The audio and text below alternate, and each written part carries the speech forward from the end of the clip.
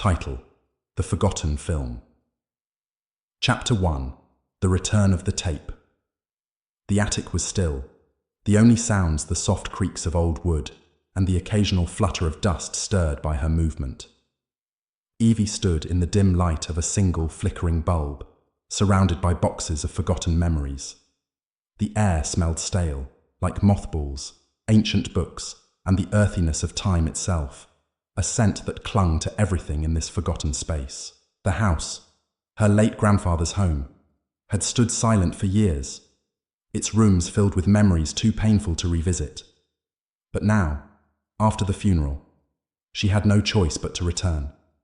She wasn't expecting to find anything, just a few items to catalogue, some things to sell, others to throw away. That's what she told herself as she rummaged through the piles of old papers, tattered furniture, and heirlooms wrapped in faded cloth. Nothing more than a few keepsakes and reminders of a life that had already passed. But then she found it. The box was tucked away in the farthest corner of the attic, hidden beneath stacks of old photo albums and brittle newspapers. It wasn't much to look at, the cardboard worn and frayed along the edges. The label was partially torn, but the words that remained sent a chill down her spine. The Loch Ness Film, James Curry. The name meant nothing to her. She had never heard of a James Curry, but the tape itself, old and yellowed, was undeniably intriguing. Her fingers trembled as she picked it up, the weight of it feeling somehow wrong, like it had been waiting for her, waiting for someone to discover it again. Evie had always been a curious soul, drawn to the mysteries of the world. Her grandfather, a man of quiet stature and even quieter speech, had never spoken much about his past. But there had always been whispers about him, strange rumors about his youth, about his travels, about his obsession with the Loch Ness Monster. As a child, Evie had heard stories of his expeditions to the loch, of strange sightings and encounters that no one believed. But her grandfather was a man of science, of reason, of practicality. He had never been one for tall tales, or so she had thought. Her heart beat a little faster as she set the tape down on an old wooden table, its surface scarred by time. Her mind raced with questions.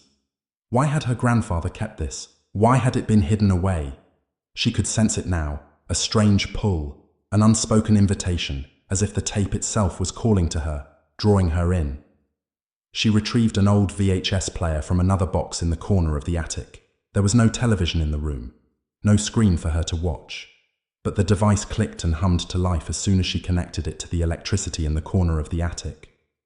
A crackling sound filled the air as the tape slid into the player. For a moment, nothing happened. Then the static cleared, and the screen flickered into a grainy, distorted image. The first thing she saw was a man, a tall figure, dressed in old-fashioned clothing, standing at the edge of a foggy lake. His face was obscured, his back to the camera, but there was something about the way he moved, the stillness of the moment, that unsettled her.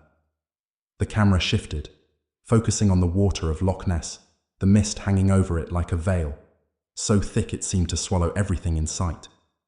The scene was quiet at first, save for the distant sounds of water lapping against the shore and the occasional rustle of wind. Evie leaned in closer, her breath caught in her throat. The image on the screen was not just a film. It felt alive, as though the very air around her had thickened with the presence of something unseen, something ancient. She felt as if she were no longer watching the tape, but instead becoming part of it, like the fog that clung to the lake was now surrounding her, closing in. The man on the screen took a step forward, his boots sinking slightly into the soft earth at the water's edge. The camera tilted upward, following him as he moved, and for a moment, everything seemed normal. Until the moment when something else caught her eye, something that wasn't right. There, just beneath the surface of the water, she saw it. It was too subtle at first, too fleeting, but Evie was sure of it. Something large, unnaturally large, moved beneath the water. The shape was distorted, shifting in the mist, barely visible, but enough to make her heart race. A shadow, a ripple, a presence that was not meant to be there. The man in the video didn't seem to notice it at first. His gaze was fixed on the water ahead, seemingly unaware of the danger lurking beneath. The camera zoomed in on his face, and for a moment, she saw his expression, a look of confusion, of unease, before it was replaced by something darker, something primal. His mouth opened, but no sound came from the tape. His expression twisted into one of horror, and Evie's heart stopped in her chest as the camera jerked violently, as if the filmer had dropped it in shock. The screen flickered once more, and the image went dark. A moment of silence passed, and then a strange, distorted sound echoed through the speakers. A low, guttural growl. It sounded like something ancient, something far too powerful to be of this world. The tape hissed and crackled, and as the screen flickered again, the last image burned itself into Evie's mind. The man's face, now twisted in agony, his eyes wide, his mouth open in a silent scream. And then, nothing. The tape ended. Evie sat frozen in place, the room around her suddenly feeling colder, darker. She couldn't breathe, couldn't speak. She felt the weight of the silence pressing in on her, the unease settling in her stomach like a stone. What had she just watched? What was that thing in the water? And why had her grandfather hidden this tape? For a moment she sat in the quiet, the only sound the distant hum of the VHS player. Her mind raced, trying to make sense of it all. But the more she thought, the more questions piled up. She reached for the tape, her fingers trembling as she took it out of the player. The label was faded, but there was something written in small, neat handwriting on the edge of the tape. James Curry, 1936. The name hit her like a jolt. James Curry, the name of the man in the film. She had heard of him before, from the journals her grandfather kept, scattered throughout the house. Curry was an explorer, a man obsessed with the Loch Ness Monster. But the last entry she had seen had mentioned his disappearance. No one had ever found him, and now she understood why. Her grandfather had been involved in something far darker than mere curiosity. He had known the truth. He had known about the Loch Ness Monster. And somehow, he had known that it was more than just a creature of folklore. Evie stood up, the tape still clutched in her hand, her mind racing. She had to know more. She had to understand what this film meant, what it revealed. But most importantly, she had to find out what had happened to James Curry, and why this film had been hidden away in the attic, waiting for her to uncover it. The house around her seemed to breathe, the walls creaking, the shadows stretching just a little bit further. The whispers had stopped, but Evie could still feel them. Soft, insistent, growing louder in her mind. The house was alive, and it was calling to her, drawing her closer to its heart. She couldn't resist it. She couldn't turn away. Evie knew, with a terrible certainty, that this was only the beginning. Chapter 1. The return of the tape sets the stage for Evie's journey into the heart of the mystery surrounding the Loch Ness Monster, her grandfather's secrets, and the sinister forces at play. The chapter introduces the first hint of the supernatural presence in the house, the connection to James Curry's lost film, and the overwhelming pull that will drive Evie deeper into the darkness. Chapter 2. Unveiling the past. The morning mist clung to the ground like a thick, oppressive blanket as Evie drove through the winding roads leading to the ordained Society of Loch Ness Monster Hunters. The fog, heavy and swirling, seemed to fold in on itself, concealing the hillsides and blurring the world beyond the windshield. Every turn she made felt like she was descending further into a forgotten past, a place where time no longer held sway and reality bent in unnatural ways. Her fingers gripped the steering wheel tightly, knuckles white, heart racing in her chest. The film, the tape she had found in her grandfather's attic, haunted her thoughts. What was it? Why had it been hidden for so long? Her mind replayed the eerie footage, the distorted image of the man, James Curry, his frantic expression, the strange shape moving beneath the water, and the scream that tore through the silence. She glanced at the passenger seat where the tape rested, wrapped in cloth as though it were fragile, dangerous. What had it meant for her grandfather to hide this? What had he known that he never told her? And why had the tape been locked away all these years, buried in an old attic like some forgotten relic? Evie had always been curious, drawn to the obscure, the hidden corners of history. But now, as she neared her destination, her stomach churned with a sense of foreboding. Her grandfather's old house had always been filled with shadows, but the darkness that seemed to linger within its walls now felt deeper, more malevolent than she had ever known. The house had always been a place of mystery, a place where she had heard stories of her grandfather's obsession with the Loch Ness Monster. He had never spoken much about it, but Evie knew it had consumed him. And now, after his death, the truth was coming to the surface. The ordained Society of Loch Ness Monster Hunters was not a place she had ever visited before. She had read about it in her grandfather's journals, a secretive old institution that had once been a hub for those obsessed with the mysteries surrounding the loch.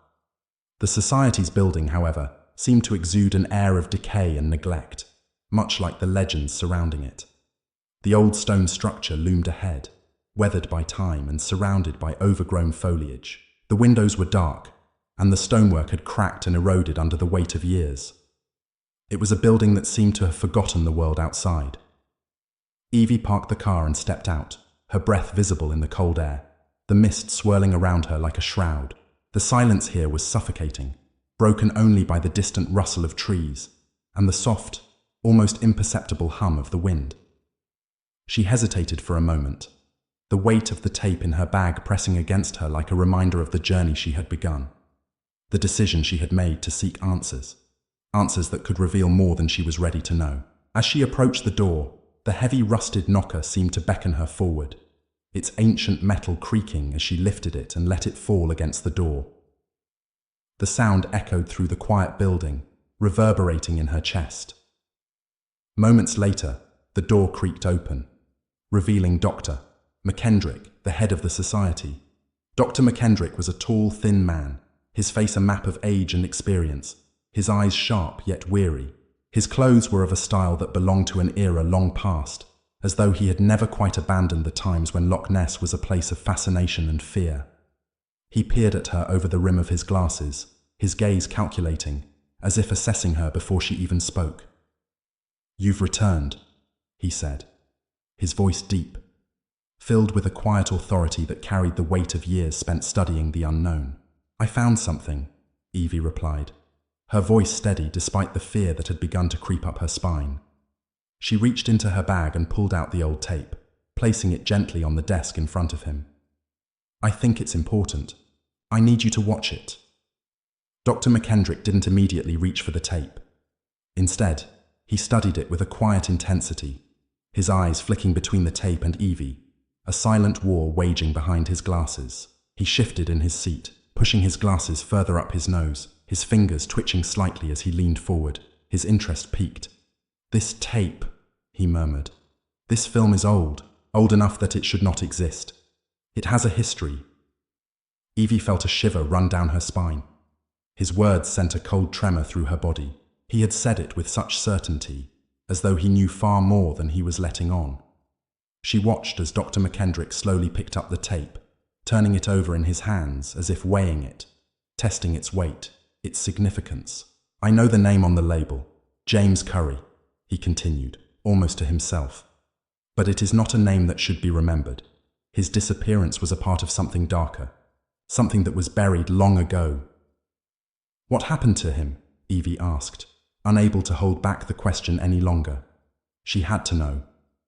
The mystery of James Curry had been haunting her for as long as she could remember. Dr. McKendrick paused, the weight of his silence almost suffocating. When he finally spoke, his voice was lower, more guarded. "James Curry was one of the few men who sought the truth of the Loch Ness Monster," he said slowly. "But not the way others did. He wasn't looking for proof to satisfy curiosity, or to write books about it. He sought something deeper, something that no one else understood. The Loch Ness Monster is not just a creature. It is a force, a presence, and Curry found something he shouldn't have." Evie sat down in the chair across from him, her pulse quickening as she absorbed his words. She felt the air around them grow heavier, more charged. The walls of the room seemed to close in slightly, as though the house itself was listening, waiting. Dr. McKendrick turned the tape over again, his fingers trembling as he inserted it into the VHS player sitting on the shelf behind him. The screen crackled to life, the static humming in the background. The image was grainy at first, as expected, but slowly it began to focus. There, Standing on the edge of Loch Ness was a figure, a man dressed in heavy outdoor gear, his back to the camera. Evie could just make out his features. He was tall, broad-shouldered, his hair dark and wild against the wind. But it was the surroundings that caught her attention first. The eerie stillness of the loch, the way the mist seemed to rise unnaturally, curling and shifting as if the air itself had weight. The camera tilted downward, the man's steps barely visible in the dim light. Evie leaned forward, her heart pounding as the image focused more clearly on the man's face. It was James Curry. Suddenly the film flickered, the image distorting briefly before snapping back into focus. The camera jerked and shifted, as if caught by a sudden tremor. The water in the loch rippled violently, though the wind had not stirred. The shadows in the water grew darker, swirling beneath the surface, as if something was moving there, unseen. The figure of Curry looked up sharply, his face twisted in a mixture of fear and disbelief. He backed away slowly, his eyes wide with panic. The camera trembled as the man shouted, but no sound came from the tape. Evie's breath caught in her throat. What was happening? What had he seen? The camera lurched violently, dropping to the ground, and the screen went black. The room was silent. Dr. McKendrick sat back in his chair, his face pale, his lips drawn tight. His eyes were distant, lost in thought, and for a long moment, Evie thought he might not speak at all.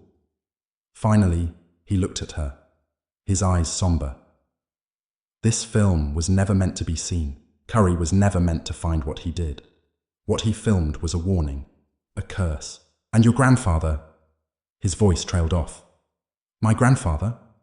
Evie asked, her voice tight with rising fear.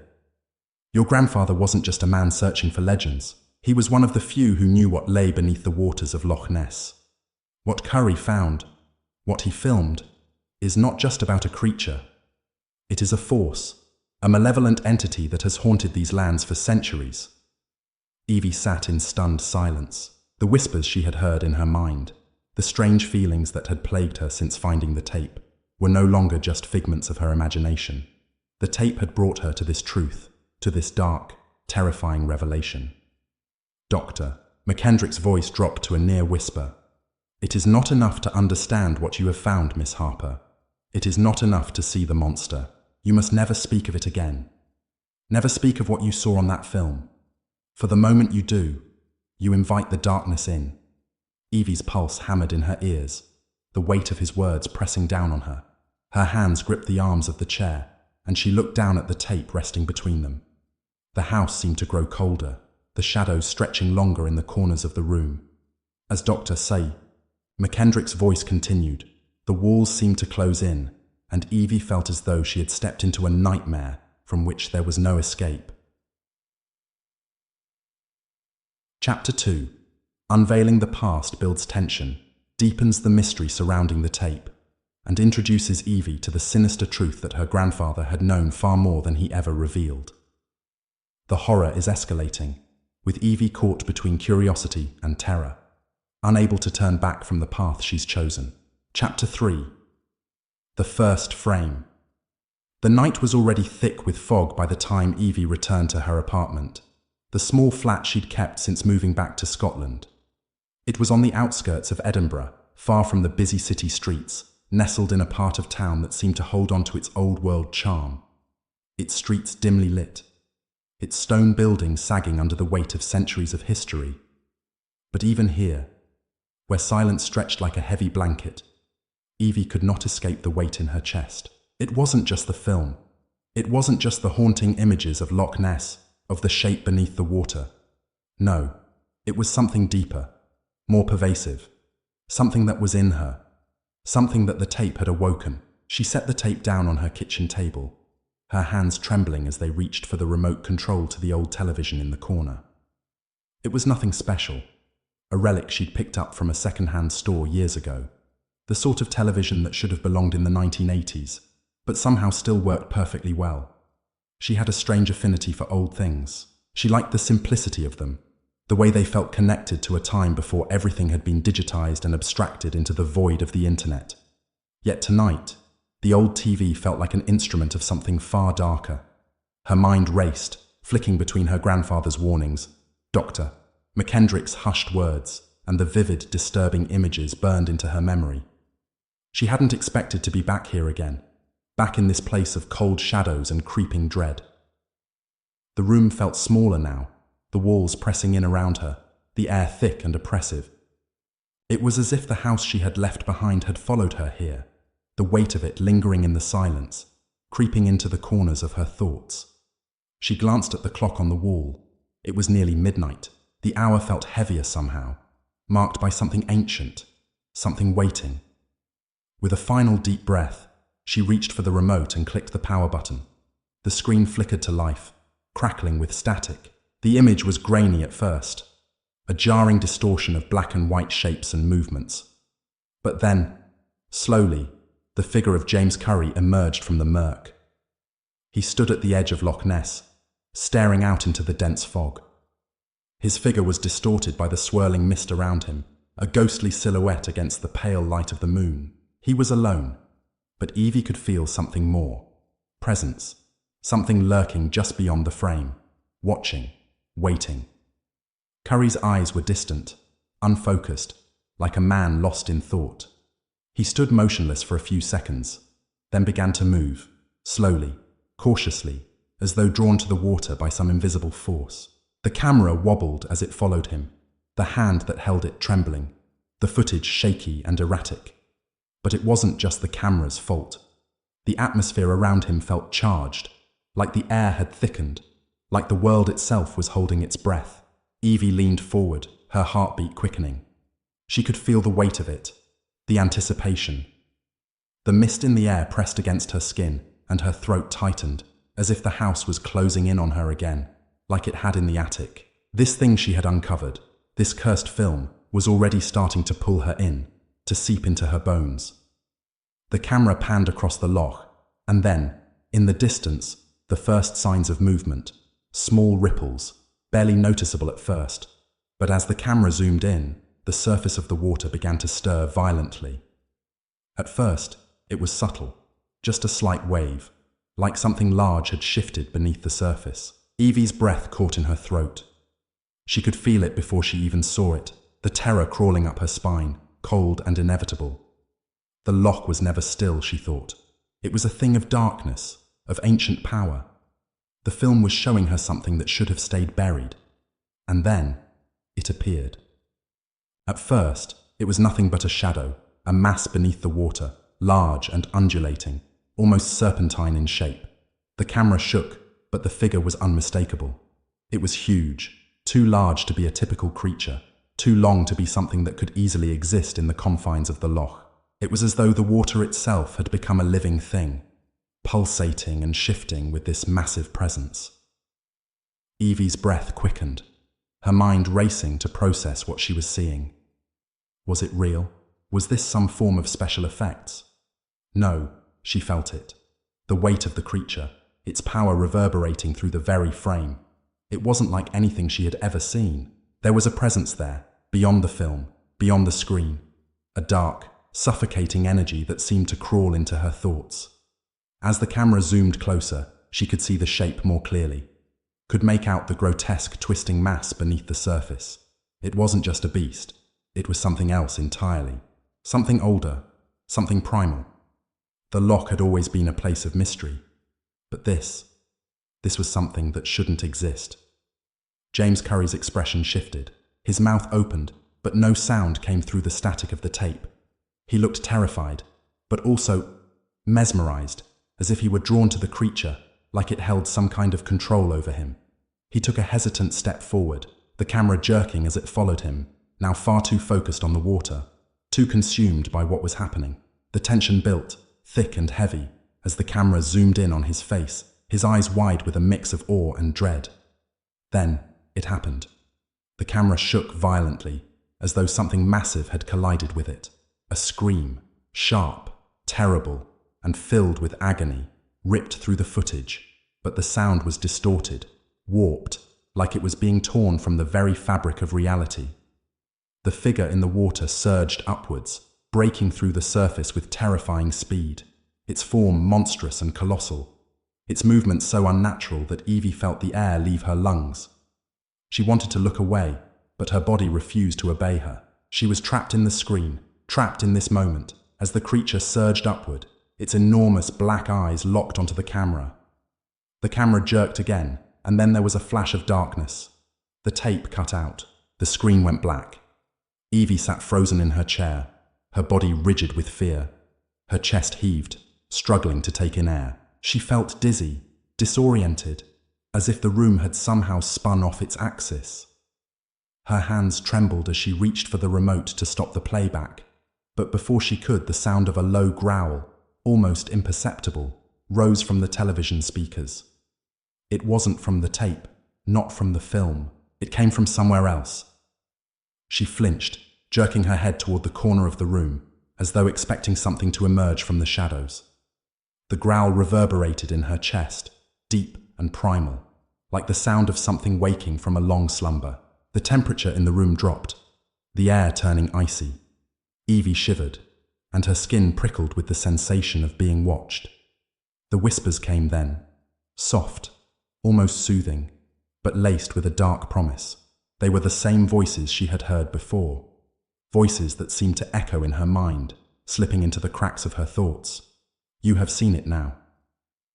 The words weren't spoken aloud, but they resonated in her mind, a command, a warning. Evie stood up quickly, her legs weak beneath her. She had to get out of the room, had to get away from the tape, from the images that had seared themselves into her mind. But as she turned toward the door, she felt it again, the sensation of being trapped, of being drawn back into the screen, into the loch, into the waiting darkness. The whispers grew louder, more insistent, like the call of something ancient, something powerful, beckoning her to return. Her heart raced, and for a moment, Evie felt the overwhelming desire to run, to throw the tape away, to forget it all. But she knew, with a certainty that chilled her to the bone, that she couldn't. It was already too late. The house, the loch, the creature, it was all connected. And now, so was she. Evie reached for the tape, her fingers shaking uncontrollably as she pulled it out of the player. She was not just a spectator anymore. She had crossed the line, and now there was no way back. As her hand closed around the tape, she realized with terrifying clarity that the film had been waiting for her, waiting for someone to watch, to listen, to understand. And now that she had, the house, the entity, was awake, and it would never let her go. Chapter 3. The first frame delves deeper into Evie's experience with the cursed film. As she watches the footage, the terror of what she's uncovered becomes undeniable. The mysterious force behind the Loch Ness Monster grows clearer, and Evie begins to realize that she is now part of something far darker than she could have ever imagined. The haunting atmosphere and the palpable sense of dread set the tone for the chapters to come. Chapter 4. The Whispers of Loch Ness. Evie hadn't intended to return to her grandfather's house so soon. She had told herself that after watching the tape, after hearing the whispered promises and the low growl that had reverberated in her chest, she would take a break. She would pause her investigation, give herself time to breathe. But something in her had already changed. She could no longer ignore it, the pull of the film, of the loch, of the terrible unknown. It was as though the tape had unlocked something deep within her, something primal, and now she couldn't stop herself from seeking more answers. The hours slipped by unnoticed as she sat in her apartment, staring at the walls, replaying the images in her mind, replaying the growl, the scream, the shadow beneath the water. Her eyes burned with exhaustion, but her mind would not rest. It was like a constant hum, a presence that refused to leave. The loch, the monster, her grandfather's dark secret. It had all woven itself into her thoughts, like a spider spinning its web. The whispers had started again. Soft at first, distant, like the rustle of wind through the trees. But they were always there now, in the corners of her mind. A constant presence, murmuring just out of reach. Come closer. The truth is waiting. You're almost there. They weren't just whispers. They were feelings, tugging at her like invisible hands, pulling her toward the loch. She could almost hear them in the depths of her own bones, vibrating, gnawing at her. They were not human voices. They were something older, something that existed long before any of them had walked this earth, something alive beneath the water, something that had been waiting for her. The film had shown her too much, but she wasn't ready to stop. She couldn't stop. Even now, as the night stretched on and the clock ticked closer to the early hours, she found herself pulling the tape out again, the worn label now more familiar than any comfort should be. She had to go back to the house. She had to see if there were more clues, if there was something else her grandfather had left behind, something that could explain the terror that the tape had unleashed. She could not leave this alone. Evie pulled her coat tightly around her and left the apartment. The drive was long and dark, the road winding through forests where the trees seemed to close in on her, their gnarled limbs reaching out like fingers, as though trying to pull her into the shadows. The fog had rolled in again, thicker than before, a choking mist that seemed to crawl across the ground like a living thing. The headlights of her car cut through it only momentarily before the darkness swallowed it whole again. As she neared the house, the uneasy feeling that had plagued her since the night she first watched the tape returned. The house loomed before her, a looming silhouette against the darkened sky. It was no longer just a house. It had become something other, something that felt ancient, as though it had been standing here far longer than its mere decades of existence. It was as if the house itself had grown out of the earth, as if it had always been here, a dark witness to the land's history, to its mysteries. She parked her car, her hands shaking as she turned off the engine. The stillness of the night was oppressive, the air too thick, too heavy. Even the wind had died down, leaving nothing but an eerie silence in its wake. She could feel it now, the presence, the pull of the loch, the call of something far older than she had ever imagined. The house, the loch, they were connected, tied together by something so deep, so primal, that the very fabric of reality seemed to warp around them.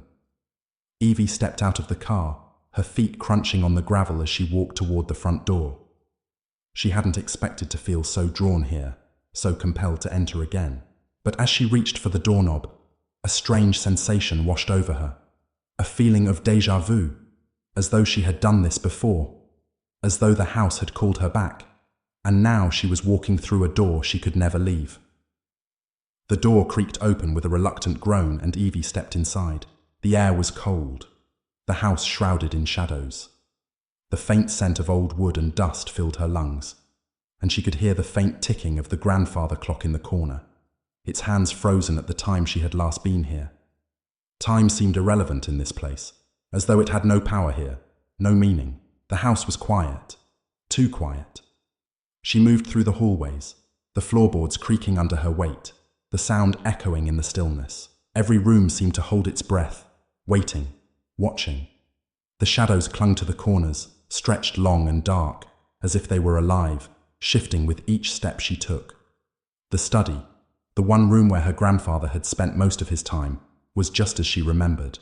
The walls were lined with old bookshelves, stacked high with volumes of obscure texts and ancient tomes, the leather-bound covers worn with age.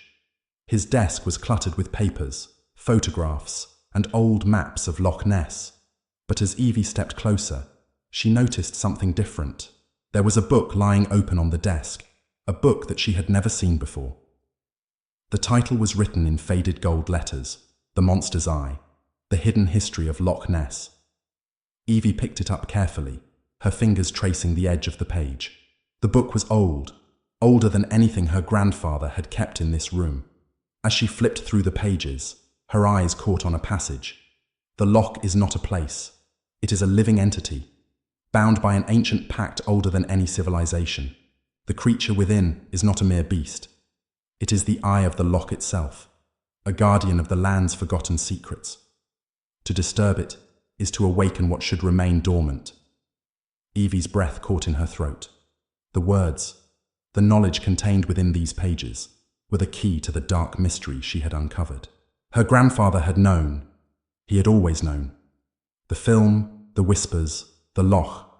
It was all part of something larger, something that had been buried for centuries. The house, the tape, the presence.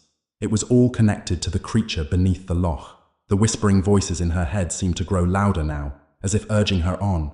Find the truth. See it with your own eyes. Her eyes darted to the corner of the room, to the small cabinet where her grandfather had kept his most treasured artifacts. She had never opened it before. It had always been locked, and now she felt a strange compulsion to open it. Her fingers fumbled for the key on the desk, and after a few moments, she found it, cold and heavy in her hand. The lock clicked open. Inside, she found more photographs. Old, faded images of Loch Ness, of explorers standing at the water's edge, of her grandfather's younger self, staring at the loch with the same wide-eyed wonder and fear that Curry had in the film. But there was something more. A series of journals, each one filled with observations, notes, and detailed maps. Her grandfather had written extensively about his own research into the loch, but one entry stood out to her. The loch is waking again. The whispers are stronger now, calling to those who listen. James Curry was right to seek the truth, but I fear what I've uncovered. If I go further, I may never return. The loch does not want us to know. It does not want us to remember. The final sentence was underlined, the ink smeared, as though it had been written in haste, fear creeping through the words. It was clear now. Her grandfather had known too much, perhaps too much to survive. A sudden chill ran through the room, and Evie's breath quickened. The shadows seemed to stretch farther now, wrapping around her, pressing in. The whispering voices were louder, filling her mind, drowning out her thoughts. It is time. You are the next. The floor beneath her feet trembled, a low rumble that seemed to come from deep within the earth. She stumbled back, her heart pounding in her chest. The room seemed to spin, and for a brief moment she saw it. A shadow, flickering in the corner of the room, a shape too large to be natural. It moved, as though reaching for her, and the temperature dropped sharply, the air turning to ice. She turned to run but froze as she felt the unmistakable presence behind her. It was as though the house itself had come alive, its walls bending and shifting, the darkness closing in. The whispering voices filled the room, now more frantic, desperate. You cannot leave. The loch is awake. You are part of it now. Her breath came in ragged gasps as she backed toward the door. The shadows around her stretched like tendrils, moving, writhing in the darkness. She knew now, with terrifying clarity, that the house, the loch, and the creature beneath were all part of a twisted cycle. A cycle that had been set in motion long before she had ever arrived. And now, she was a part of it too. The door slammed shut behind her, and she realized that the house, the loch, had already claimed her. Chapter 4. The whispers of Loch Ness deepens Evie's descent into the terrifying mystery surrounding her grandfather's legacy. The house, the film, and the loch are revealed to be tied together by a dark, ancient force that is now awakening. Evie is drawn deeper into the horror, the whispers growing stronger, and she realizes that she cannot escape the fate that has already begun to unfold. Chapter 5. The Book of Shadows. The wind howled outside, its mournful wail slithering through the cracks in the window, as if urging Evie to leave. But she couldn't. She couldn't turn away. The moment she'd set foot in this house, in her grandfather's forgotten estate, she had become entangled in something far larger than herself, something that reached into the very heart of the Loch Ness mystery, something that was now pulling her deeper into the darkness. She had crossed a line, and there was no way back. The Book of Shadows lay open before her on the table, its worn leather cover cracked with age, the pages yellowed and frayed at the edges. It seemed almost to pulse with a quiet, invisible energy, like a living thing waiting to be touched. Her grandfather had hidden it in the farthest recesses of the study, tucked away among his most precious artifacts. She hadn't understood its importance until now, until she had seen the film, heard the whispers, and felt the house close in around her like a tightening noose. She hadn't expected to find this book. She had been searching for answers, any answers, that could explain what was happening to her. The tape, the chilling images of Loch Ness, the figure beneath the water, had all pointed to a truth that her grandfather had clearly tried to protect her from. But the more she uncovered, the more the pieces fell into place, each discovery darker than the last. Evie's fingers trembled as she traced the words scrawled across the pages. The writing was old, too old to be the work of any modern scribe. The script was elegant, flowing with a sense of urgency, as if the author had known they were running out of time. She could almost hear the scratch of the quill, the tremor in the hand that had written these words. Each sentence seemed to throb with a sinister rhythm, a rhythm that matched the pulsing in her own chest, the echo of the whispers that now filled her head. The Book of Shadows was not a mere collection of notes and observations. It was a journal of sorts, but not one meant for any ordinary scholar. This was something far darker. It was a record of forbidden knowledge, of the ancient secrets of Loch Ness that no one was ever meant to know. As Evie read through the pages, her breath caught in her throat. The loch is a gateway. It is not merely a body of water. It is a doorway between worlds, a place where the veil between the living and the dead is thin. The creature that resides beneath it is not just a beast, but a sentinel, guarding the threshold between what we know and what should remain unknown. The words burned into her mind, sinking into her thoughts like a poison, spreading through her veins, making her feel nauseous, dizzy. She had suspected as much. The tape had shown her the creature, the thing beneath the water that had seemed so much larger than any normal animal. But she hadn't understood the full extent of it until now. The creature was not a mere anomaly. It was something far more powerful, far more dangerous. It was the guardian of the loch's ancient secrets, its purpose to protect whatever lay beneath. Evie flipped through the pages, each one revealing more of the twisted truths her grandfather had known. She could see now why he had kept this book hidden. He had known about the creature's true nature, its ability to manipulate time and space, to blur the boundaries between reality and illusion. The more she read, the clearer it became that the house, the loch, and the creature were all part of a larger interwoven web, each connected by an ancient force that had been growing stronger with time. The creature is tied to the loch by an ancient pact, forged in the depths of time. It is a pact that should have remained broken, but it has been disturbed. Each time the loch is disturbed, each time someone seeks to uncover its secrets, the pact grows weaker and the creature grows stronger. But this is not the greatest danger. The true danger lies in what lies beneath, in what awaits. Evie stopped reading, her hand hovering over the next page. The words swirled in front of her, her mind struggling to make sense of them. What waited beneath? What was the creature guarding? She had to know, had to understand what her grandfather had uncovered. But as she reached for the next page, a chill ran down her spine. The whispers in her mind had grown louder, more insistent. They had become like voices, like a chorus of voices, each one calling to her, drawing her towards something she wasn't ready to face. Do not seek the truth, the words seemed to whisper, echoing in her mind. Do not awaken the sleeping one. Evie's hand trembled and she looked around the room, her breath shallow, her heart pounding in her chest. The shadows in the corners of the room seemed to stretch further now, creeping toward her, pulling her into the darkness. The air felt heavier, colder, as though the house itself was alive, watching her, waiting. She had to leave. She had to get out of this room, out of this house, away from the suffocating presence that seemed to fill the very air around her. But as she stood up, the whispers grew louder, more urgent. You cannot leave now. Evie froze, her body stiff, paralyzed by the command. The voice was not in her head anymore. It was outside, surrounding her, filling the room. She felt a pressure in her chest, a weight, as if something invisible was pressing down on her, keeping her in place. She turned slowly, her eyes scanning the room for the source of the voice. But there was nothing there, just the empty shadows, the flickering candlelight casting long, twisted shapes on the walls. The whispers continued, filling her mind, drowning out everything else. You've seen the truth. Now you are part of it. The words seemed to sink into her very bones, rooting themselves deep within her, making her heart race in her chest. The room spun around her, the shadows growing darker, the walls closing in.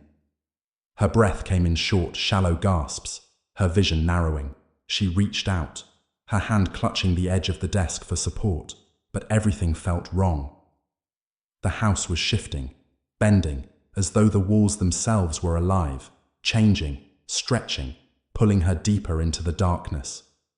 She staggered backward, her legs weak, her mind spinning with terror. The book, the tape, the whispers. They were all part of the same thing. She was in too deep now, too far down the path to turn back. She had uncovered something ancient, something beyond human comprehension. And now, there was no escape. Her eyes darted around the room, searching for a way out. But the door, the one she had entered through, was no longer there. It had vanished, swallowed by the darkness that had consumed the room. The walls seemed to close in on her, the air growing thicker, colder. She couldn't breathe. She couldn't think. And then, in the farthest corner of the room, something moved. At first it was subtle, a flicker of movement in the shadows, a brief distortion in the air. But then, slowly, it took shape. The figure of a man, tall and thin, emerged from the darkness. His face was obscured, his features hidden in shadow. But Evie knew who it was before he even spoke. "You have uncovered the truth," he said, his voice a deep, hollow echo that resonated in her very soul. "Now you are bound to it." Evie stumbled backward, her heart hammering in her chest. This was not her grandfather. This was not the man she had known. This was something else, something far darker, far older. She could feel it in the air, the weight of his presence, the suffocating pressure that filled the room. "You are part of the house now," the figure said, his voice a whisper, barely audible but somehow impossible to ignore. "The house has claimed you, just as it claimed him." Evie tried to scream, but the words caught in her throat. The room was spinning, the shadows closing in around her. She could feel the presence of the creature beneath the lock, stirring in the depths of her mind. She could feel the weight of the pact, the ancient bargain that had been made long ago. It was too late for her. She was already bound to it. And the worst part, the part that twisted her insides and sent icy tendrils of dread spiraling through her heart, was that she had known this all along. She had always known. Chapter 5. The Book of Shadows takes Evie deeper into the darkness surrounding her grandfather's hidden knowledge. As she uncovers the secrets of the loch, the creature, and the house, she begins to understand that she is part of a much larger, more terrifying reality. The whispers and the presence of the creature beneath the loch grow stronger, and Evie realizes that there may be no escaping the horrors she has uncovered. The chapter sets the stage for a descent into madness, where the boundaries between the real and the supernatural begin to crumble. Chapter 6. The eye beneath the house felt different now. The stillness was no longer comforting. The shadows, which once held the warmth of quiet moments and forgotten memories, had become suffocating, heavy with something darker. The air felt thick, laden with an unseen pressure that seemed to press against her skin, her mind, her very soul. It was as though the house was alive, watching her every move, waiting for her to make her next mistake. Evie could feel it now, the growing weight of the truth pressing against her chest, the knowledge that she had crossed a line from which there was no return. The whispers had become more frequent, more urgent. At times she could almost hear them outside the walls of the house, calling her, beckoning her toward the loch. The voices were growing clearer, their meanings more direct. "You are not alone. The eye is watching." The phrases slipped into her mind like poison, each word lingering and festering, twisting the reality she had once known into something unrecognizable. The loch, the creature, the ancient pact. It was all connected. And now, she was part of it. There was no going back. The film had shown her more than she had ever bargained for. The shadow beneath the water, the monstrous creature that had risen from the depths, was not just an animal. It was something else. The first time she had seen it, she had been too terrified to comprehend what it truly was. But now, as she sat in her grandfather's study, surrounded by his journals and the Book of Shadows, the pieces of the puzzle were starting to fit together. The creature beneath Loch Ness wasn't just a beast.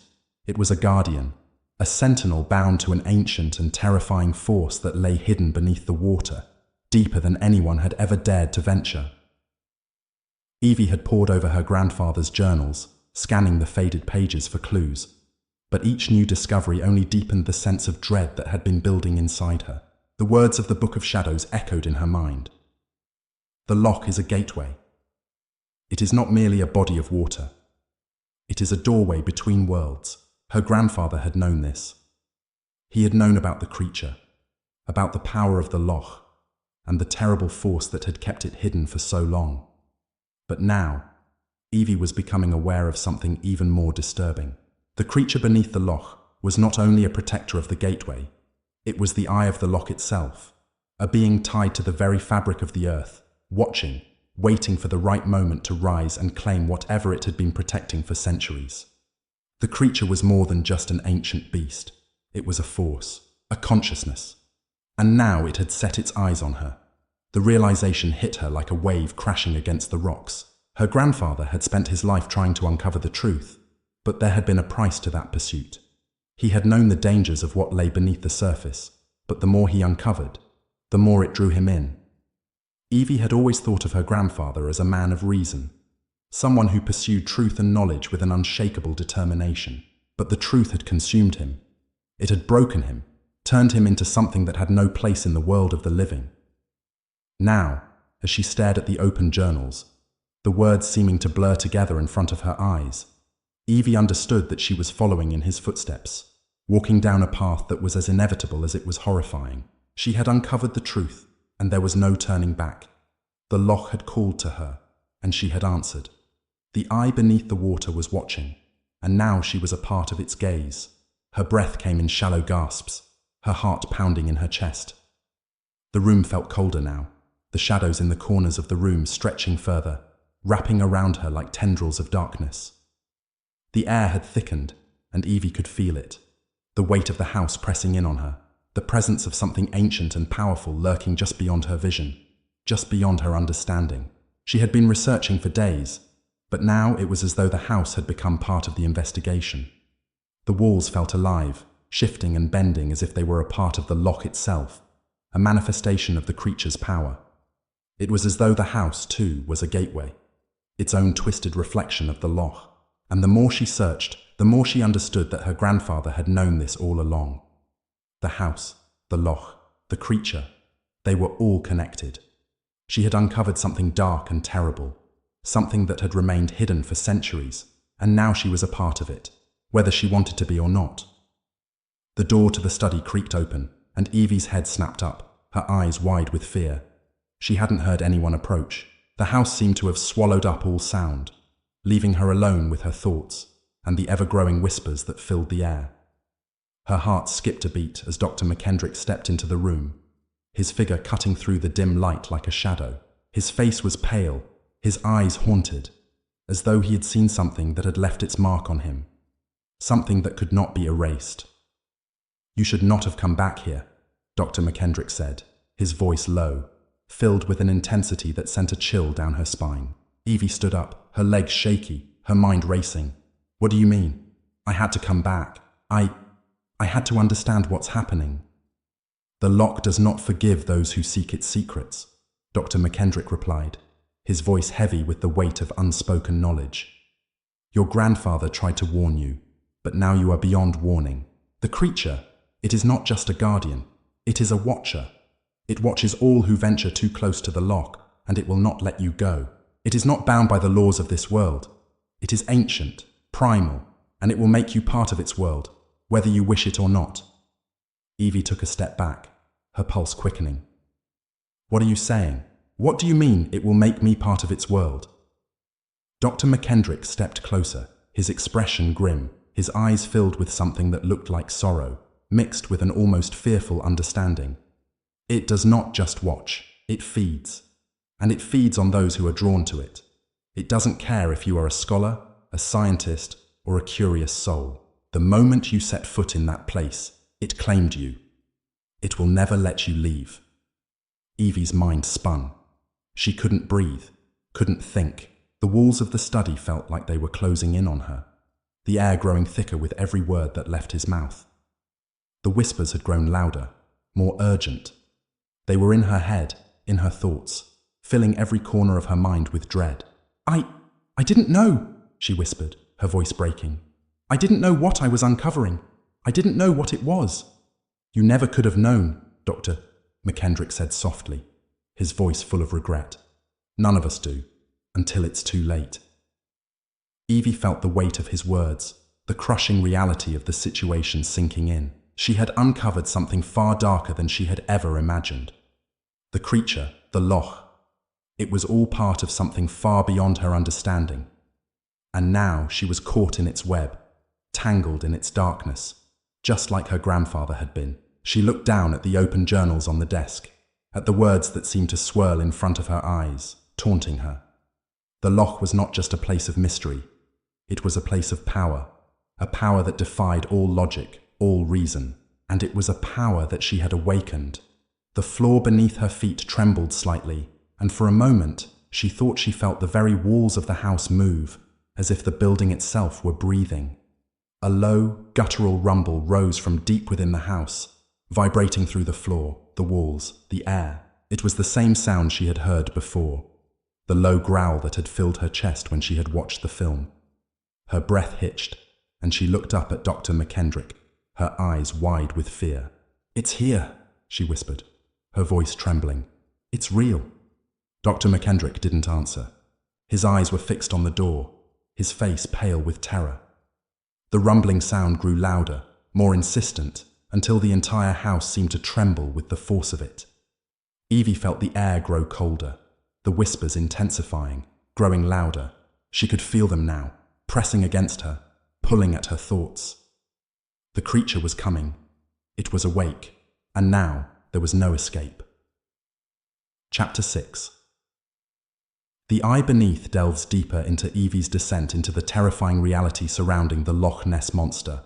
The realization that the creature beneath the loch is not merely an animal, but a guardian of a dark and ancient power threatens to consume her. The supernatural forces grow stronger, pulling her into the inescapable web of the loch's curse, and the house itself seems to respond to the awakening of this malevolent entity.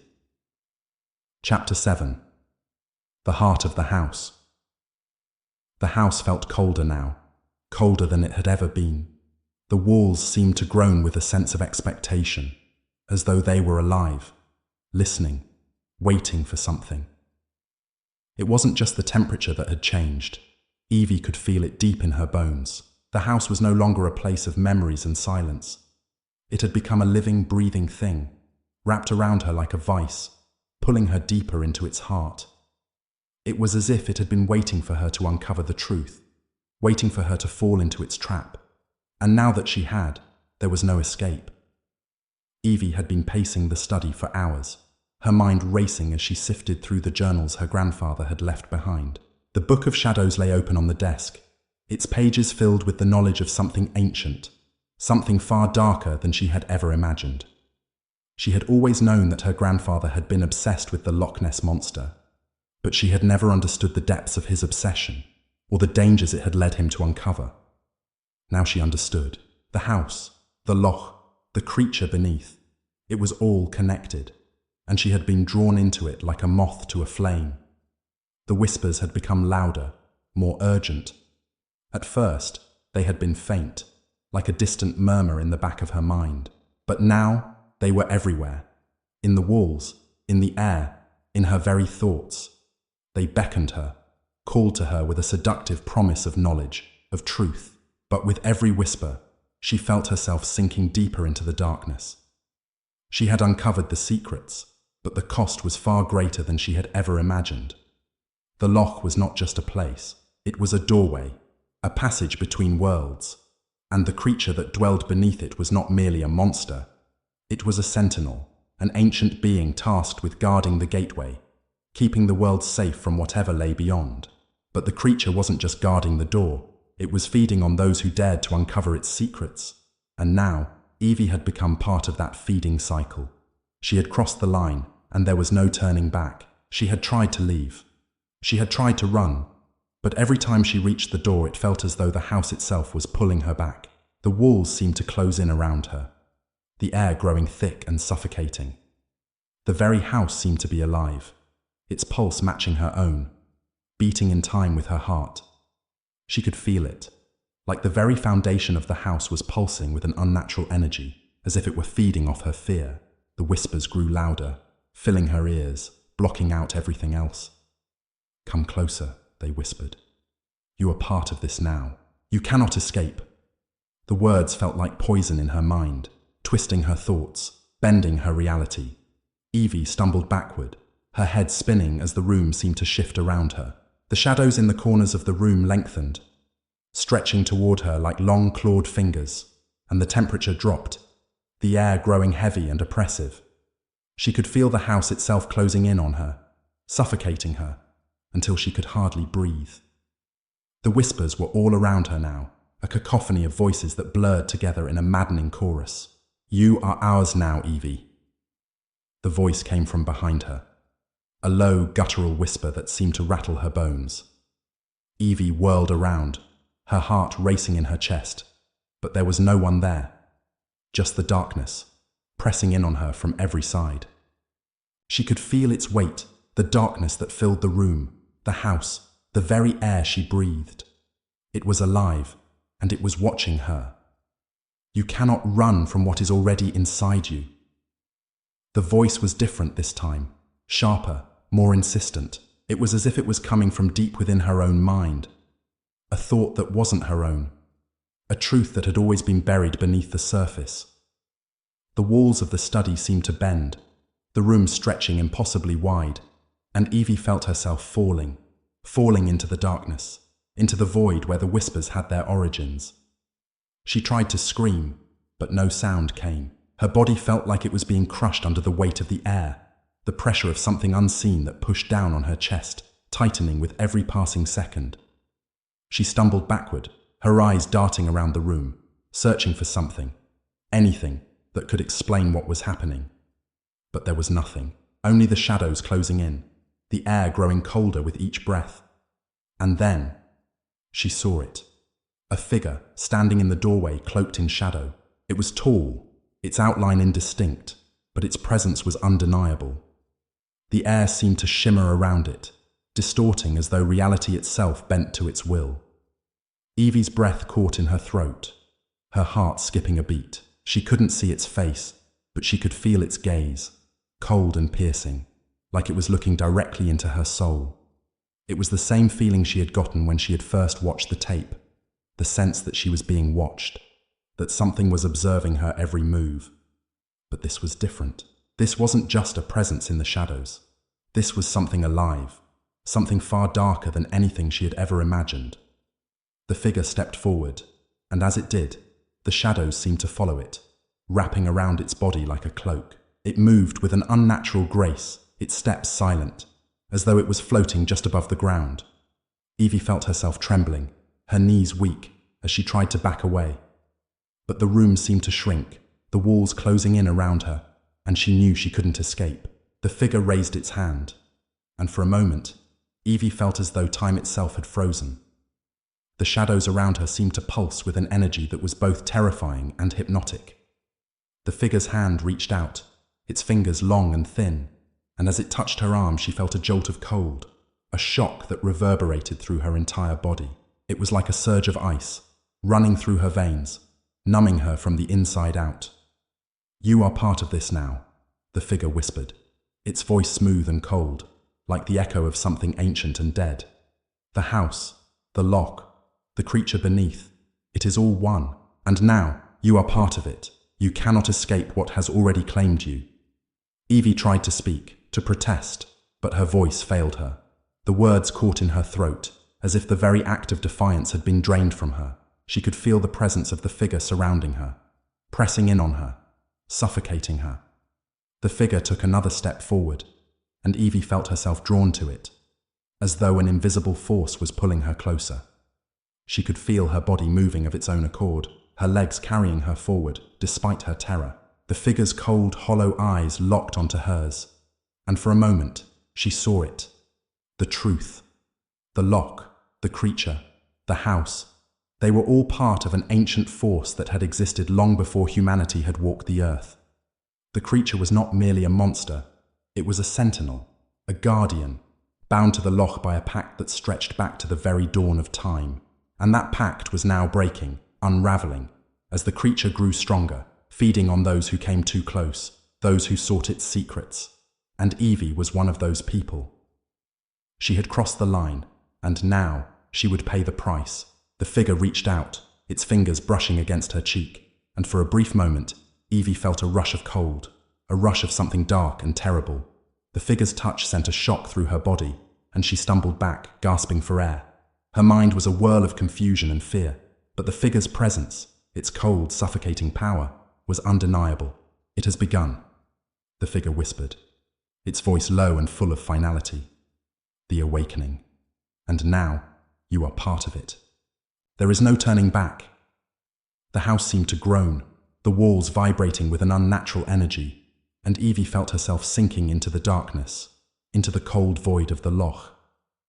The whispers filled her mind, louder now, a cacophony of voices, each one calling her name, beckoning her forward into the abyss. Evie reached out, her fingers trembling, as the world around her began to dissolve, as the figure's presence swallowed her whole. The shadows closed in, and for the first time she understood the terrible truth. She was no longer just an observer. She was a part of the loch, a part of the creature beneath, bound to the house and the darkness that had claimed it. And as she sank into the void, she knew that the true horror was not what had been uncovered, but what was still waiting beneath the surface. For Chapter 7. The heart of the house marks Evie's final descent into the supernatural horrors that have been woven into the fabric of her reality. The figure, the creature, and the house all converge to reveal the true power that has been controlling everything, drawing her into a cycle that cannot be broken. The lines between the loch, the house, and the creature blur, and Evie realizes that there is no escape from the dark forces that now control her. Chapter 8. The Hollow Mountain. The night was impossibly still when Evie and Dr. McKendrick arrived at the base of the mountain. The air was thick with fog, a rolling mist that clung to the earth like a shroud, hiding the world from view. It was as if the entire world had been swallowed by the void, leaving only the sounds of their footsteps crunching on the gravel path and the distant murmur of the loch far below. The weight of the silence was crushing, a silence that felt unnatural, as though the mountain itself was holding its breath, waiting for something to happen. The journey had been long, the winding roads treacherous, the sense of impending doom growing with every mile they had driven. Evie couldn't shake the feeling that they were walking into the mouth of some ancient beast, the mountain itself a guardian to a secret that should never be uncovered. She had seen the film. She had felt the presence in the loch, the cold, suffocating darkness beneath the water. But now, standing at the foot of the mountain, she could feel it, the pull stronger than ever. The earth itself seemed to call to her, urging her to take that next step, to discover the truth. She glanced at Dr. McKendrick, who stood beside her, his face grim, his eyes reflecting the same unease that gnawed at her own mind. He had been reluctant to come here, to venture into the heart of the mountain where the ancient facility lay hidden, but she had insisted. They had to know what was buried in the darkness, what her grandfather had uncovered, and why it had led him to this place. The loch, the creature, the film. It was all tied to the mountain, to the facility hidden within it, and Evie was determined to uncover the truth no matter the cost. "We're close, Doctor," McKendrick said, his voice low, strained. "The facility is just beyond this ridge. But be warned, Evie, what we find inside may not be what we expect." Evie nodded, her heart pounding in her chest, her breath shallow. She could feel the weight of his words, the gravity of what lay ahead. This wasn't just a journey into a mountain, it was a descent into a world that had been hidden for centuries. A world where ancient forces beyond human comprehension still lingered, waiting to be awakened. As they made their way up the narrow path, the fog thickened, curling around them like a living thing, blotting out the view. It felt as though the world around them had been swallowed by the mist, leaving them isolated in a place that existed outside of time. The trees along the path were twisted and gnarled, their branches reaching out like skeletal hands, casting long, dark shadows that seemed to stretch endlessly into the fog. The air grew colder with each step, and the distant sounds of the loch became muffled, as if the water itself was receding, pulling away from them. Evie's thoughts were a whirlwind, the terror of the unknown gnawing at her, but there was something else too, a strange sense of inevitability. She had known deep down that she was always going to end up here, standing at the threshold of something ancient, something that had been waiting for her. The loch, the creature, the house. They were all part of the same force, a force that had been watching her, pulling her toward it, ever since she first watched the film. Now she could feel it, the pull of the creature beneath the loch, the creature that was bound to the land, to the mountain. It was waiting for them.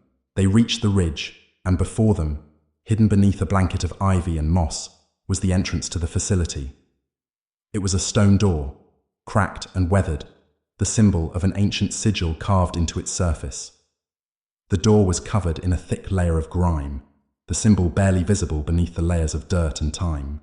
The facility had been abandoned for decades, but Evie could feel it, the power still lingering in the air, an energy that thrummed beneath the surface, ancient and undying. Dr. McKendrick stepped forward, his hand brushing against the stone. He seemed to hesitate for a moment, his fingers tracing the symbol as if he were testing it, sensing something beyond its surface. When he spoke, his voice was almost a whisper. "It's been waiting," he murmured. "This place, this symbol, it's tied to the loch, to the creature. It's a part of the same ancient force that has been hidden here for centuries. I warned you, Evie, but I see now that it's too late. We've already crossed the point of no return." Evie didn't respond. She couldn't. The door was already opening, its ancient mechanisms grinding into place, the stone moving slowly, unwillingly, as though it were reluctant to release the secrets within. The air grew colder still, and Evie could feel her heart racing, her breath coming in quick gasps as the darkness beyond the door beckoned her forward. Inside, the facility was a maze of stone corridors, its walls covered in strange, cryptic symbols, and faded murals depicting the loch and the creature that dwelled beneath it. The air was thick with dust, the floor covered in grime and debris. The place felt alive, as though it had been waiting for them, its silence broken only by the soft sound of their footsteps as they moved deeper into the heart of the mountain. The deeper they ventured, the darker it became. The walls seemed to pulse with an energy that made Evie's skin crawl, the air growing heavier, thick with an unseen presence. It felt as though they were descending into the very bowels of the earth, into a place that had been sealed off from the world for a reason. The whispers in her mind had grown louder, more insistent. "Come closer. The truth is waiting. You are part of this." They reached the center of the facility, and Evie felt her breath catch in her throat. Before them, bathed in the faint glow of the dim light, stood a large circular chamber. In the center of the room, surrounded by strange machinery, stood a massive stone pedestal, upon which lay a large ancient book. The book was open, its pages filled with symbols and writings that Evie couldn't understand. Yet they felt familiar, as though she had seen them before, perhaps in her grandfather's journals.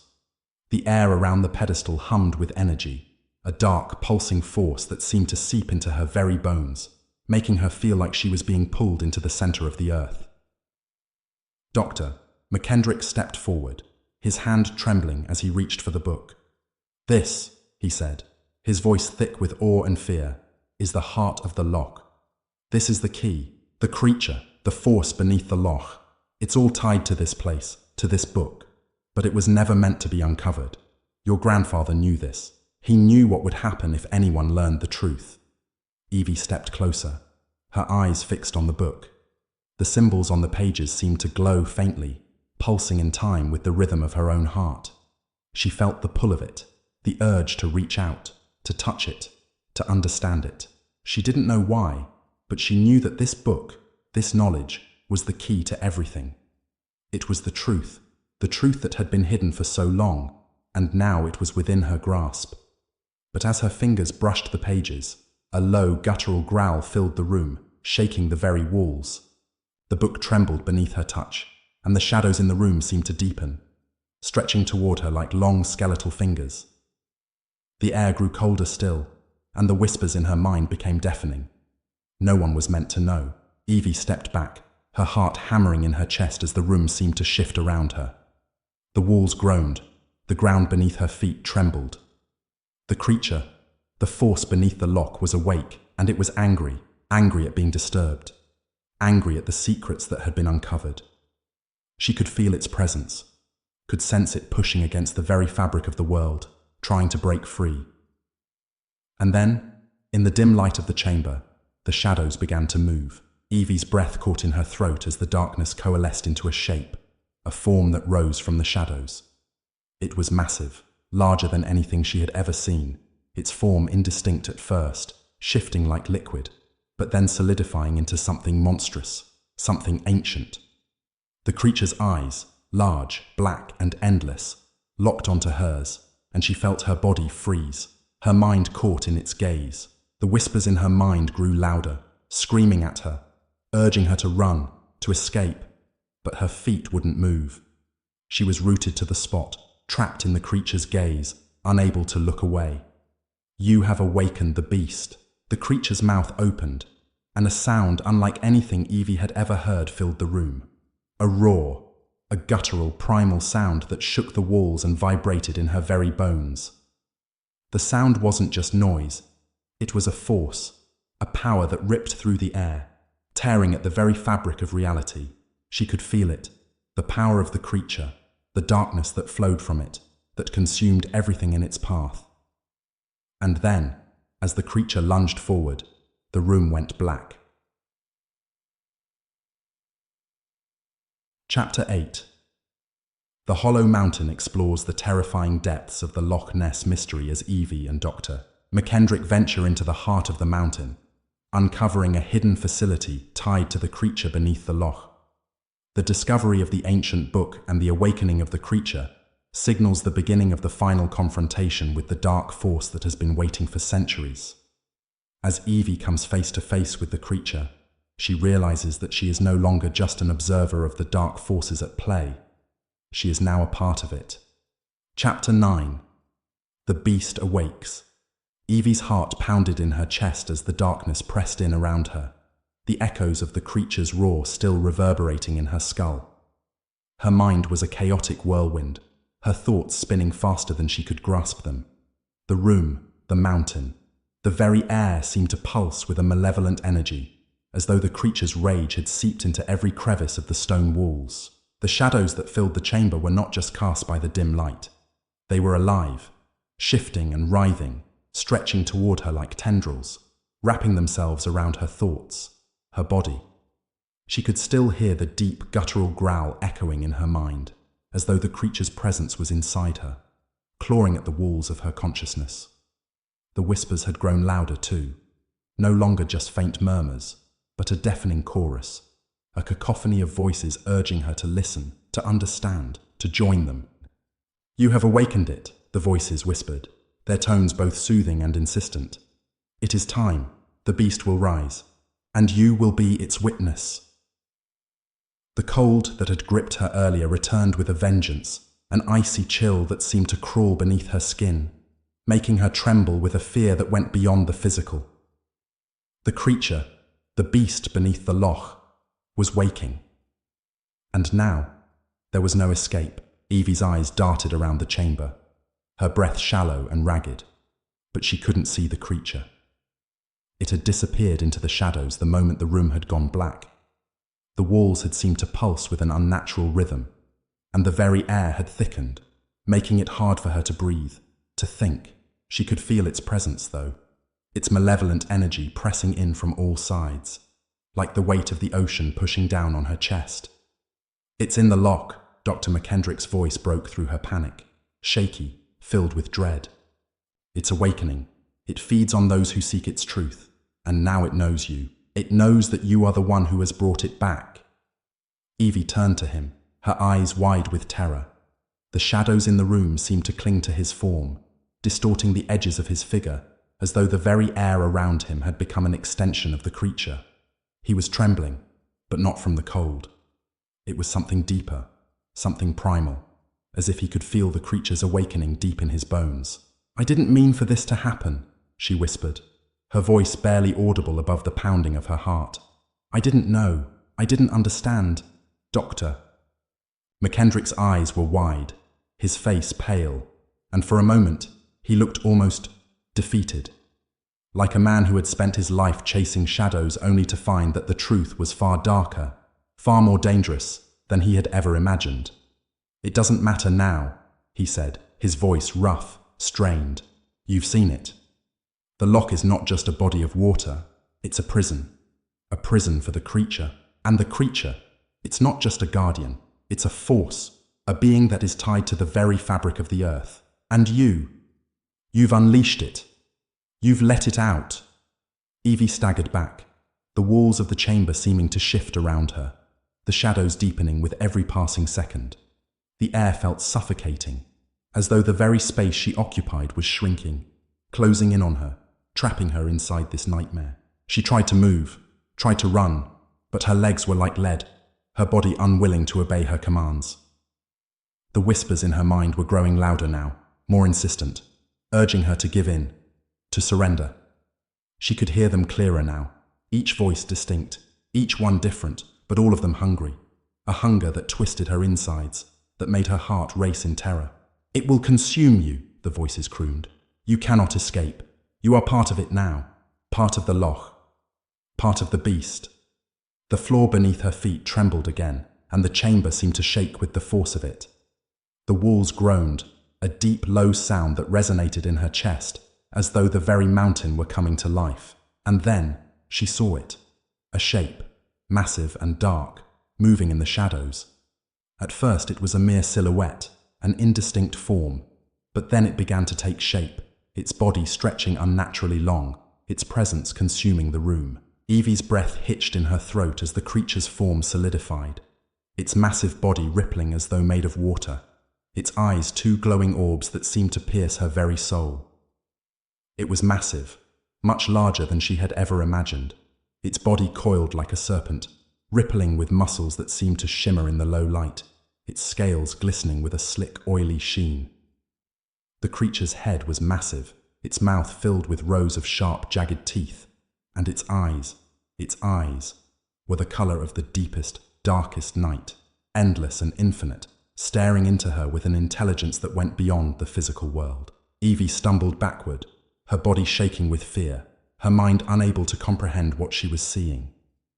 The creature was not just a beast, it was something beyond that. It was alive in a way that defied every rule of nature, every law of the world she knew. It was ancient, it was primal, and it was hungry. Dr. McKendrick stood frozen, his eyes wide with terror, but he didn't move. His body seemed to be locked in place, his gaze fixed on the creature with a mixture of awe and horror. He didn't speak. He didn't need to. The presence of the beast filled the room, suffocated them both, rendering them powerless in its wake. The creature's mouth opened, and for a moment, Evie thought she could hear it speak. But it wasn't words. It was more like a feeling, a sensation that cut through her like a blade, raw and primal, a feeling that she couldn't escape, no matter how much she tried. The creature knew her. It knew what she had done. It knew that she had awoken it from its slumber, and now it was going to make her pay. "You are part of it now," the voice whispered, not from the creature, but from deep within her mind. "You have crossed the line. You have opened the door, and now you will join us." Evie's vision blurred as the creature began to move, its massive body undulating through the shadows like a living nightmare, its movements fluid, hypnotic. She could feel it moving toward her, feel its power surging through the air, wrapping around her, suffocating her. She couldn't breathe. She couldn't think. The air felt thick, like it was closing in on her, crushing her, and she could hear the whispers louder now, screaming at her, urging her to surrender. Dr. McKendrick was still frozen, his eyes locked on the creature, his body trembling. The creature's glowing eyes fixed on him, and for a moment, there was a silent understanding between them, a shared knowledge that passed between their gazes. McKendrick knew what had to be done. He knew what the creature wanted. And then, it spoke again. "You will feed me," it whispered, its voice like the sound of waves crashing against the shore. "You will become part of me, part of the loch, part of the earth." Evie's body trembled as the creature advanced toward her, its massive head looming over her. She tried to scream, but no sound came. She couldn't move. She was trapped. The creature's presence filled her mind, drowned out all thoughts, all resistance. She was no longer in control. Her body was no longer her own. It was as though she had become part of the loch, part of the dark force that had awakened beneath its surface. The creature opened its mouth, its jagged teeth gleaming in the darkness. And just as it was about to strike, Evie felt a sharp, searing pain in her chest. The pain was unbearable, a twisting agony that sent shockwaves through her body. She gasped for air, her chest heaving as the pain grew more intense. And then, suddenly, the creature paused. Its eyes fixed on her with an unreadable expression. It was as if it were waiting for something, watching her, listening. Evie's heart raced, and for the briefest moment, she realized what was happening. The house, the loch, the creature, they were all connected. They were part of her now, and she was part of them. The creature had claimed her. Chapter 9. The Beast Awakes escalates the horror as Evie comes face to face with the terrifying reality of the creature beneath Loch Ness. The lines between her own identity and the ancient primal force that has been watching her blur, and she realizes that she is now part of something far darker and more dangerous than she ever imagined. The creature's awakening signals a shift in the balance of power, and Evie is now trapped within its reach. Chapter 10. The Final Embrace. The air in the chamber was thick with something unnatural, something alive. Evie could feel it now, the weight of the creature's presence pressing against her chest, making it harder to breathe. The darkness around her seemed to pulse, throbbing with an energy that was both suffocating and consuming. Her mind felt sluggish, as though it were caught in a fog that she couldn't push through, and every breath she took seemed to fill her with a sense of foreboding that crawled beneath her skin, making her heart race in her chest. She could hear the creature, though she couldn't see it. The room was black, utterly, profoundly black. The air was damp and cold, and the smell of earth and decay hung heavy in the silence. There was a buzzing in her ears, the faint echo of something massive shifting in the dark, an entity whose very presence distorted the air. The growl that reverberated in her mind was constant now, a low, rumbling sound that shook her to the core. It was everywhere and nowhere at once, like it was part of her, part of the room, part of the very ground beneath her feet. The whispers had stopped. The creature didn't need them anymore. The voices, once insistent and commanding, were replaced by the ominous, primal hum of the beast, vibrating deep within her bones. She knew it was close, too close. It had been waiting for this moment, waiting for her to wake it, to release it from its prison beneath Loch Ness. Now that it had been set free, it was hungry. Hungry for more than just flesh, hungry for something darker, something more visceral. The power that coursed through it wasn't just a physical force, it was the essence of the loch, the land, the very core of the earth. And now that the barrier between worlds had cracked, there was nothing that could hold it back. Evie was trapped. She could feel it in her bones. She had been trapped the moment she had watched the tape, the moment she had stepped into the loch's ancient grip, the moment the whispers first filled her mind. The loch had always been waiting for someone like her, to come close enough, to unravel its secrets. She had unwittingly crossed that threshold, and now there was no escaping it. The beast, the loch, the house, it had all been a web, a trap designed for her to fall into, and fall she had. Her eyes burned in the blackness, her pupils dilating in an effort to see through the shadows. But it was useless. The darkness seemed to have substance, like a blanket smothering her vision. The creature was everywhere, yet it was nowhere. It moved like the wind, like water, its presence bending reality itself. Evie's legs felt weak, but she couldn't stop. She couldn't stay still. Not when the creature was out there, watching her, waiting for her to make the first move.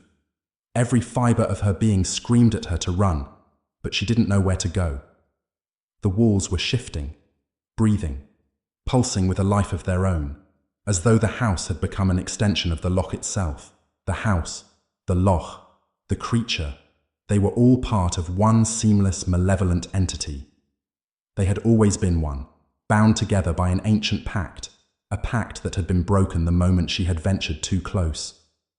She stumbled forward, her feet heavy, her movements sluggish. Her fingers brushed against the stone walls, the cold surface sending a jolt through her. It was as though the walls themselves were alive, the rough texture beneath her fingertips moving like the skin of something breathing. The whispers returned, faint at first, but growing louder with each step she took. Come closer, join us, become part of the beast. It was impossible to ignore the pull, impossible to resist. The loch, the creature, the house. They were calling to her. And as she walked deeper into the darkness, she felt it too, the pull, the hunger, the need to answer. She could feel her body growing weaker, her mind growing hazy. The whispers were growing louder, too loud now, like a roar in her head. You are part of it. You cannot escape. You are one with the loch. Her vision blurred, and suddenly, the walls of the chamber seemed to shift, folding in on themselves, twisting in impossible angles. The air around her thickened, and for a moment, it felt as though the entire mountain was moving, as if the very ground beneath her was shifting, undulating. The house groaned, a deep, resonating sound that reverberated through her bones. Evie dropped to her knees, her hands clutching the stone floor as the room seemed to collapse inward. Her chest tightened, her breath coming in shallow gasps. The walls seemed to pulse with the creature's rhythm, its heartbeat, the heartbeat of the loch itself. It was as if the house, the loch, and the beast were all one living organism, breathing in unison, waiting for her to join it, to become part of the nightmare that had existed long before she had ever set foot on this cursed land. The shadows deepened around her, pressing in from all sides. And then, through the dark, she saw it, the figure of the creature, its shape moving toward her like a ripple in the air, its form solidifying with each passing moment. Its massive body, its twisted serpentine shape, seemed to blur the lines between reality and nightmare. It was not just an animal, it was a force, an entity tied to the very fabric of the earth. And now it was awake. Its eyes glowed in the dark, two massive orbs that seemed to pull her in, to consume her with their gaze. She could feel the weight of its stare, the presence of its intelligence, and she knew, with absolute certainty, that it wasn't just a creature. It was something ancient, something far older than the world itself. It had been waiting for her to awaken it. And now that it had been freed, it was going to make sure she could never leave. The creature opened its mouth, revealing rows of jagged, sharp teeth that seemed to gleam in the dim light. Its breath was cold and foul, a mixture of decay and salt water. The smell filled her nostrils, and she gagged, her body recoiling in disgust, but she couldn't move. She was frozen in place, her limbs refusing to obey, her body locked in place by the weight of the creature's presence. It was so close now, she could feel the heat of its body, the weight of its gaze. She tried to scream, but the sound caught in her throat, choking her, suffocating her. The creature's voice echoed in her mind, a low, guttural rumble that seemed to vibrate through her very soul. "You have awakened me," it whispered, its voice both alien and ancient, deeper than the world itself. "You are now part of me, part of the loch, part of the cycle, and now you will feed me. You will become the darkness." The room trembled, the walls groaning as though they were alive, as though they were reacting to the creature's presence. The air grew colder, and Evie's breath came in ragged gasps, her body shaking uncontrollably. She could feel it now, the connection between herself and the creature. It was as though her very being had been pulled into the loch, into the heart of the mountain, into the creature itself. The loch was no longer just a body of water. It was a gateway, a passage between worlds, and the creature was its keeper, its eye, and Evie was its newest servant. The ground beneath her feet cracked open, the stone splitting like fragile glass. From the fissure, a flood of water poured into the room, cold and dark, rising rapidly around her. The water was alive, swirling with a force that could not be denied, the waves crashing violently against her. She tried to move, but the water held her in place, pulling her down toward the abyss that opened before her, swallowing everything in its path. "You belong to me now," the creature's voice echoed in her mind. "You have always belonged to me. You are part of the loch, and the loch is everything." The water rose higher until it reached her chest, her shoulders, her neck, its cold tendrils closing in around her, pulling her under. Evie gasped for air, but the water rushed into her mouth, choking her, filling her lungs. Her body thrashed against the force, but it was no use. She was drowning, consumed by the creature, consumed by the loch. And then, as the darkness closed in around her, she understood. She had become the loch. She had become part of the creature's hunger, its darkness. She was a part of the cycle, a part of the endless void that stretched back through time, and now she would never escape. Chapter 10. The final embrace marks the culmination of Evie's journey into the heart of darkness. The creature beneath Loch Ness has awakened, and it has claimed her, binding her to its eternal cycle. As she sinks into the abyss, she becomes part of the creature, part of the loch, part of the ancient and malevolent force that has been waiting for centuries. The story comes to a harrowing and inevitable conclusion, as Evie learns that the true horror is not in what she uncovered, but in what she has become. The final reckoning. The world around Evie had collapsed into darkness. The water surged around her, cold and unforgiving, its weight pressing down on her chest, her limbs heavy, unresponsive. She could taste the brine on her tongue, feel it in her throat as the water consumed her, its cold tendrils wrapping around her, pulling her deeper into the abyss. Her lungs burned, her heart pounded, but there was no escape. The loch, its ancient power, had claimed her. There was no turning back now. She had crossed the threshold. She had awoken the beast, and now she was bound to it. The whispers, the voices, had been right. She had always belonged to it, always been a part of the loch, a part of the ancient cycle that had endured for centuries. The truth, the creature, the house, and the loch, they were all one, and she had been pulled into it, willingly or not. The cycle of darkness, of hunger, had swallowed her whole. As the water continued to rise, filling her lungs with its icy grip, Evie's thoughts drifted back to the beginning. The attic, the tape, her grandfather's obsession. It had all seemed like a distant, innocent curiosity, a search for truth, for answers. But the truth was never what it seemed. The creature beneath the loch, the power it held, the ancient pact that had bound it to the earth. It was a truth too dark to comprehend, too powerful to challenge. She had sought knowledge, but what she had uncovered was more than just a mystery. It was a curse that had claimed her, just as it had claimed so many before her.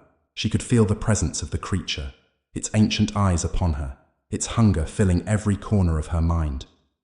Its form, massive, serpentine, shifting with an otherworldly grace, was everywhere now, in the water, in the air, in the very space around her. It was not a beast in the traditional sense. It was something else, a being of pure will, a guardian of a gateway that should never have been disturbed. Its gaze pierced her very soul, and in that moment, she understood. She understood that the creature was not just a watcher. It was a force of nature, a primal power tied to the land, the earth, the very fabric of reality itself, and she had opened the door for it to enter this world. Her grandfather had known. He had known the dangers of the loch, the creature, and the ancient pact that had kept it at bay. He had spent his life searching for answers, and in the end, he had paid the price. He had vanished into the loch, consumed by the very force he had sought to understand. And now, she had followed him, drawn into the same fate. As the water reached her neck, Evie's vision blurred, her mind hazy from the cold and the suffocating darkness. She tried to fight, tried to scream, but no sound escaped her lips. The loch had swallowed her, and she had become part of its insatiable hunger. The whispers in her mind had grown louder now, almost deafening. You are one with us now. You are part of the cycle. The voices were no longer just echoes in her head. They were the loose threads of her very being, weaving together into a new, terrible existence. She could feel the pull of it, the lure of the creature's power, and she knew she was no longer herself. She was part of the loch now, part of the ancient force that had waited for centuries, and there was no escaping it. Her body began to feel heavy, as though the water was pulling at her very soul. It wasn't just the physical weight of the liquid surrounding her. It was everything. The loch, the creature, the darkness. They were all pulling her in, drawing her into their ancient embrace, until there was nothing left of her but the void, nothing left but the hunger of the beast. And yet, in the depths of her fear, a part of her resisted. A part of her that still clung to the memories of who she had been, of the life she had once known. But that part of her was fading, dissolving into the darkness. There was no room for the past in this world, in this cycle. The loch had claimed her, and with it, she had lost everything. Her identity, her humanity, all of it was slipping away, swallowed by the endless cold depths. In the darkness, she felt the loch's presence swell around her, its power rising like an immense wave. She felt herself being pulled deeper into the depths, her body giving way to the suffocating pressure. The creature, the loch, the very land itself, they were part of her now, and she was part of them. The cycle was complete. And then, everything went still. The water around her, the whispers, the darkness, they all fell silent, as though the loch itself had paused, holding its breath. The creature's presence hung in the air, palpable, suffocating, but there was no movement. There was no sound. For a moment, Evie thought she had slipped into unconsciousness, thought she had finally succumbed to the inevitable. But that thought was fleeting, and in its place there was only emptiness. And then, in the stillness, she understood. She was no longer just a witness to the loch's horrors. She had become its keeper. The creature beneath the water, the force that had haunted this land for centuries, was no longer an outside force. It was inside her, and she was inside it. She had become part of the loch's endless hunger, its eternal cycle, and there was no escaping it. Evie closed her eyes, the cold of the water filling her senses. The pain, the fear, the struggle, they were all gone now. She was no longer herself, no longer Evie Harper. She was something else, something ancient, something beyond human comprehension. She had crossed the threshold, and now she was part of the loch, part of the beast, part of the force that had been waiting for someone like her to awaken it. In the silence, Evie knew that she would never be free. The loch had claimed her. It had claimed them all. And now she was bound to it for eternity. The journey of Evie Harper, from innocent curiosity to inevitable horror, had come to its tragic conclusion. The creature beneath Loch Ness, the ancient force that had remained hidden for centuries, had been unleashed, and in doing so, Evie had sealed her own fate. Her search for the truth, her desire to uncover the mystery, had led her to a fate worse than death, becoming part of the very evil she had sought to understand. As the loch swallowed her, as the beast consumed her, it was clear that the cycle would never end. The creature would continue to feed, continue to pull others into its grasp, forever and always, because the loch, the gateway, was not just a place. It was a living thing, and it had claimed its newest inhabitant. The loch would wait for the next curious soul to wander too close, and when they did, it would pull them in, just as it had done with Evie. The cycle would continue. Tav Moan Chaim, this ending, brings the story to its dark, inevitable conclusion, tying together the themes of obsession, ancient curses, and the price of uncovering forbidden knowledge. It shows the irreversible consequences of Evie's choices and the horrifying fate she must now endure.